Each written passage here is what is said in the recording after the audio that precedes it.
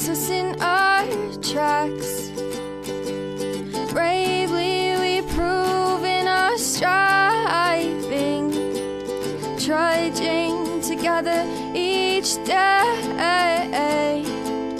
Where there's a will, there's a way. Ooh, good morning, everyone. Yeah. I think I have to turn my Blue Yeti in. I'll get it replaced here. All right. Morning. It's February 24th, 2021. I'm going to cover up my numbers here. Didn't work. So today we're going to talk about boundaries. And Lori, our one of our group members and one of my accountability buddies, brought up boundaries today. So thank you for that, Lori. If you're here, let me know so I can say hi. And of course, if you got a topic, throw it up and stuff. Heather, good to see you. William. Heather, William are here. If you want to be seen, then what you're going to need to do is click at the top there where it says see more. You're going to want to click that. Anissa, good to see you. Welcome. And of course, while I am talking, if anybody, if you want to say something, put your 2 cents in, go for it. That's what we are here for. So now, once again, we picked a topic that is not listed in any AA book. So I had to go pull some things. But what I wanted to do real quick was read out of the big book, just real quick, something that I think it'll fit in. We'll see. I don't know. It's kind of hard to find something because really the only thing in there around boundaries is going to be, God is our, he is the Father, we are his children, that sort of thing. How our dependence is on God now. And yes, I had an interview today, so that's why I'm in a nice shirt. So, and why I probably don't look the same. I'm wearing pants too, believe it or not. That's right. Wearing pants, guys. No, I won't turn around. All right. It is easy to let up on the spiritual program of action and rest on our laurels. You guys, that can be. Sometimes we just get tired. Maybe we're doing too much. Maybe we have too much on our plate. We're headed for trouble if we do, for alcohol is a subtle foe. Okay? It is patient. Very, very patient. Unlike my dog, who can't seem to lay down. She's a dumbass. We are not cured of alcoholism. What we really have is daily reprieve contingent on the maintenance of our spiritual condition. Every day is a day we must carry the vision of God's will into all of our activities. Thanks. That's got to be William. That's got to be William. Yeah. Thanks, William. Every day is a day we must carry the vision of God's will into all of our activities. How can I best serve thee? Thy will, not mine, be done. These are thoughts which must go with us constantly. We can exercise our willpower along this line all we wish. It is the proper use of the will. All right. Now we had to talk a little bit about the proper use of the will before we could get to boundaries, right? Okay, because boundaries can be pretty tricky. They can be very, very tricky. Let me read the next paragraph, and then I got some things I'm going to talk about on boundaries here. Much has already been said without receiving strength, inspiration, direction from him who has all knowledge and power. If we have carefully followed directions, we have begun to sense the flow of his spirit into us. To some extent, we have become God conscious. We have begun to develop this vital sixth sense, but we must go further, and that means more action. All right, so what is that vital sixth sense? Okay, for me, it was making critical decisions. That was my vital sixth sense. Might be different for you, but it's knowing that what I am currently doing might put me in a situation that could lead me back to the bottle. That is that sixth sense. I don't know if you guys watch Lost in Space, but danger, Dr. Robinson, danger, or Will Robinson, I guess, danger, Will Robinson. It's your conscious. Where else does your conscious lives? Well, it lives in your gut. All right, so we're going to be doing some gut talk here. But let's get started. All right, so I pulled this off, setting healthy boundaries during recovery. And the Betty Ford Foundation tells us about healthy and unhealthy boundaries. Healthy boundaries help people define who they are as a way to ensure relationships are safe, supportive, and respectful. Unhealthy boundaries are thoughts or behavior used as a means to manipulate or control relationships to keep people away. In other words, boundaries are just guidelines we create for ourselves for behavior we will engage in or tolerate from other people to maintain supportive, respectful relationships. Boundaries are necessary for the alcoholic and addict in recovery, as well those for who are part of the network. All right, your network being the people that support you in your recovery. And in the beginning, our boundaries are going to look different than when we're in the program for a little while. So in the beginning, our boundaries are probably going to be, we're going to stop hanging out with the people that support our unhealthy lifestyle. All right, we get rid of old habits and old friends. Right? And that could be pretty tough, but it is the first boundary, or the first boundaries we put down. Another boundary that we put down is that we can no longer drink alcohol. That is a boundary that we have put down on ourselves. These are healthy boundaries, okay? Now, for me, boundaries go a little bit beyond because I deal with things beyond, right? So I deal, you guys know that I deal with PTSD. I'm not supposed to bring that up as much, by the way. But in this situation, it applies. So this last holiday, my sister really, really wanted me to come to Christmas, and but it went against my boundaries, which was there are certain people in my family I don't want to see. They ain't got nothing nice to say to me. I don't want to see them. So it's a trigger for me. So I told her, you know what, this year, I know that you really want me there. So I'm willing to go for a half hour. And I did. I actually stayed for 45 minutes. But starting now on, I will be doing my own Christmas. I have 4 kids. I have 5 grandkids. And I'll be doing my own now. So you guys are invited to mine. But please do not invite me to Christmas on that side of the family anymore. Okay? And it was a healthy boundary I put down. It wasn't, these people are doing this and they're doing that. It wasn't about blaming other people. It was about saying, hey, this is my limit. Okay? All right? Here's another limit. Here's another limit I found out. Okay? Limits are boundaries. They're synonyms. Right? So I was just talking to somebody. I just did this interview. Right? And I was telling them that one of my limitations, why I'm looking for a company, is I can't separate the money from the help, and I need somebody else to do that for me. That's a boundary also. That's a limitation of mine that I've been able to take a look at and accept. Let's get to some of these other things. How can we set boundaries? In periods of active and alcohol abuse, addicts bend or blur boundaries until they are unrecognizable. You bet your ass we do. Unsurprisingly, a lack of boundaries probably contributes to the addictive behavior in the first place. Certainly it does, because then we also don't have any structure going on in our lives.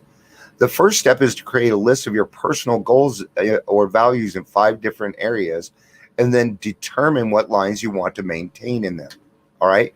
There's 5 areas. There's physical. All right. Let's talk physical.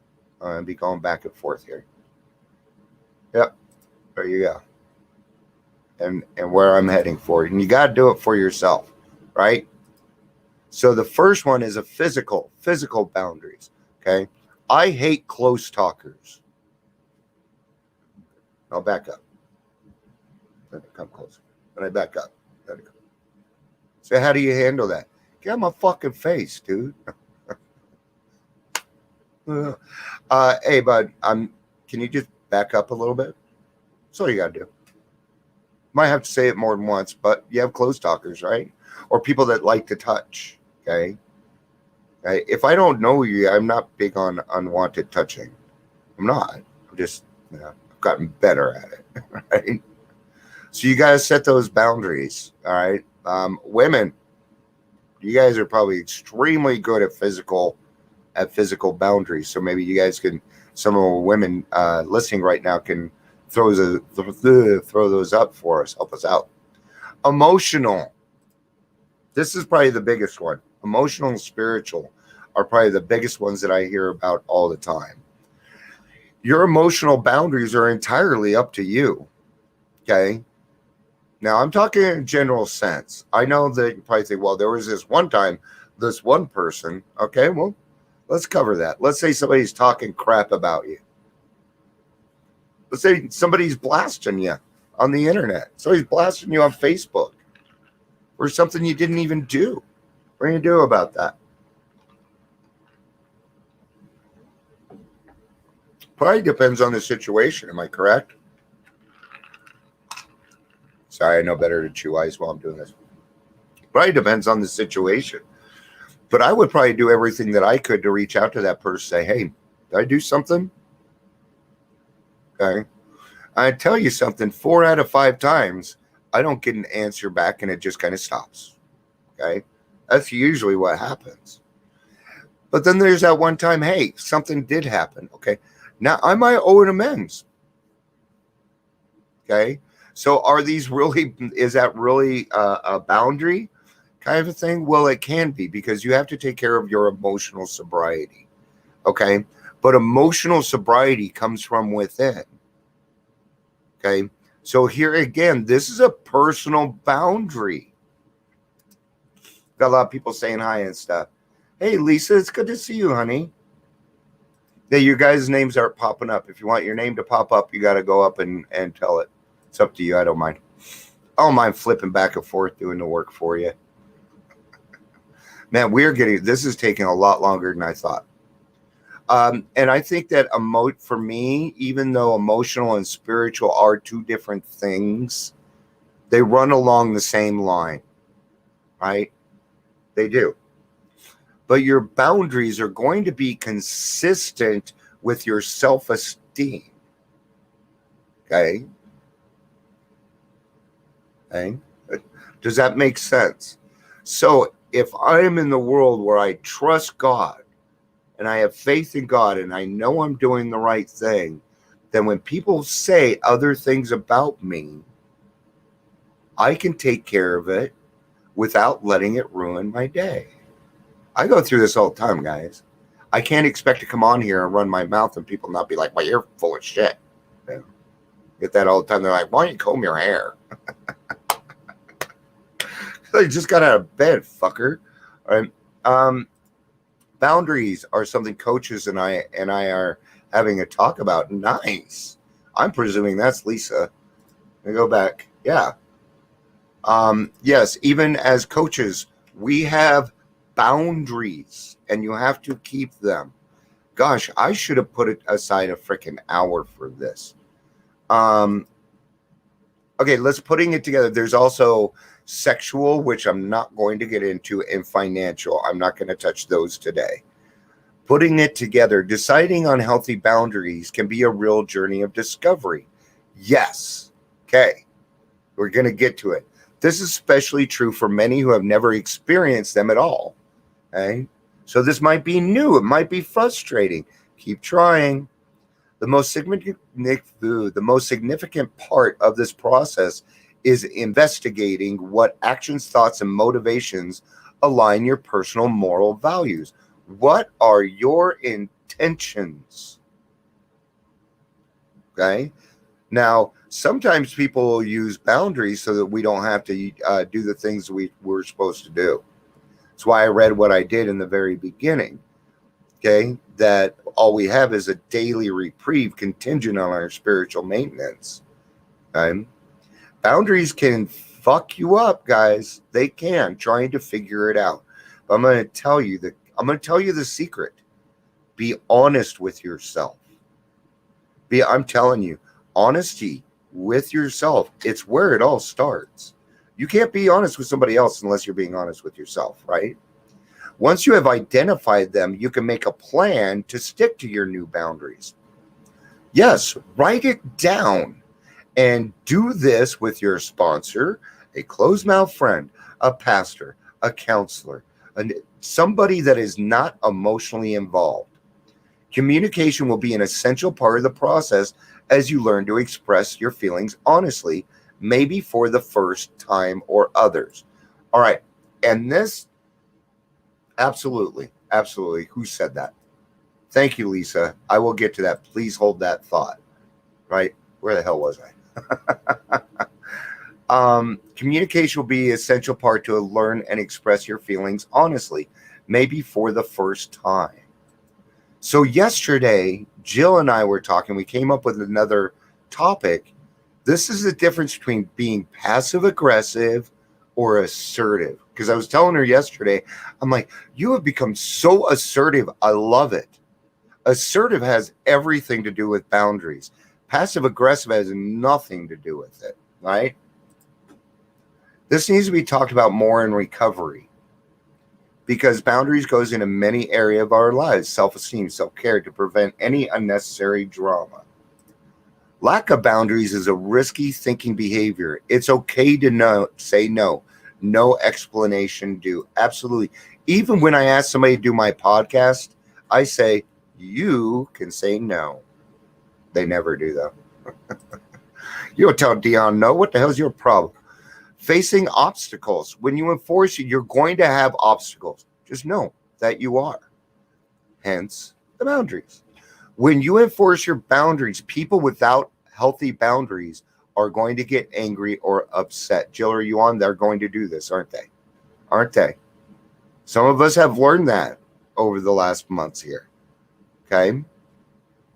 We should only do for others when it pleases us. I see what you're saying. When they can't manipulate, and I'll get to that. When they can't manipulate you to get their needs met, some people will be frustrated that you don't act with codependence and dysfunction anymore. Stay firm, because healthy boundaries during recovery are good for you and everyone around you too. Draw your lines and stay safely behind them. Your health, physical, emotional, spiritual, sexual, and financial health is what is at stake. You are worth the work and the peace it'll bring. Yes. Okay. How can you bring peace to somebody else when you don't have it? You can't. All right. We should only do for others when it pleases us. And I get what Lisa's saying here. She's saying, look at your intentions. And she's going along with the will of God with that. And that's what she said. Threw me off for a second, Lisa. It shouldn't feel like an extra burden on you when you're doing something for somebody else. That's a very good sign. Okay. So people are going to get mad at you. Okay. And as you continue to lay those healthy boundaries, you're going to find that another thing is going to happen to you. Well, I just don't feel like you're approachable. Happens to me all the time. Oh, I'm one of the most approachable people in the world. I tell you right now, if you come to me with a problem and I did something wrong, I'm going to take care of it, man. Why not? Why would I not do that? I don't understand why I would not do that, right? And how come I can do that? because I'm honest with myself. I'm 100% honest with myself. So I just did this interview, and there was one thing that I said that he said he really appreciated. I said, what you see is what you get. I do not act any different anywhere else. And I don't. The only other person that I treat differently in this world than the rest of you is my wife. And that's because she deserves it. She's earned it. Trust me. So, yeah, boundaries are going to be hard. And I'm with Lisa. I think we should talk about them more. I really do. Yeah. And people need to understand what boundaries are. I mean, even I learned a little bit more here, and I work on boundaries all the time. I never thought, I never brought sexual and financial into it. But yeah, I do have financial boundaries. There were some people that wouldn't stop asking me for money. I cut them off, man. I don't make any money. And I can't be caught in, when it's all the time, right? No change, no change. So when we're working with somebody, we all know that we really want that willingness there, huh? When you're working with somebody, makes it a lot easier. That's also kind of one of our boundaries. You're not ready yet? All right, well, here's what you need to know. I need to go help the next person, right? That's also a boundary. So now that we brought this up, you're going to go through the day, man, boundaries, boundaries, boundaries, boundaries. Hey, get out of my face. What are you doing here? We're doing God's work. And that's what it's going to be like. So what you're going to do with that is at the end of the day, you're going to take and you're going to balance that out with your sheet and everything that you did. Man, there were some people that got upset with me today. But did you notice what happened with this person? Just because I decided to make a decision, what happened to this person? I pointed out to my friend Brenda yesterday, because we were both applying for a job, and I told her, I want you to notice that because you made a decision, and you made a good decision. Not only did you affect your life, you affected my life. You affected the life of everybody in Trudging Together because of what you did. Great fucking work. All right, guys, I could go on forever. So feel free to, throw things out there. Maybe somebody could write a blog on it or something. We could throw it up. Let's do a couple more things here. Stay firm. Giving money away makes a dependent. You are absolutely correct. I found that out. Who's going to cry? Okay, that's good crying. Good. Sorry, Brenda. I didn't know you were on. I didn't mean to make you cry. Gotta feel that. That's William. Lisa. We are showing others what boundaries look like. Maybe they have none and they can learn from us in the long run. Absolutely. But keep in mind that while you have those boundaries in place, you're going to find that people that are not willing or wanting to move forward are not going to want to be around you. You will make them feel highly uncomfortable. And that, my friend, is how you know you're doing it correctly. Love you guys. Peace out and have a day. I love the fuck out of you guys.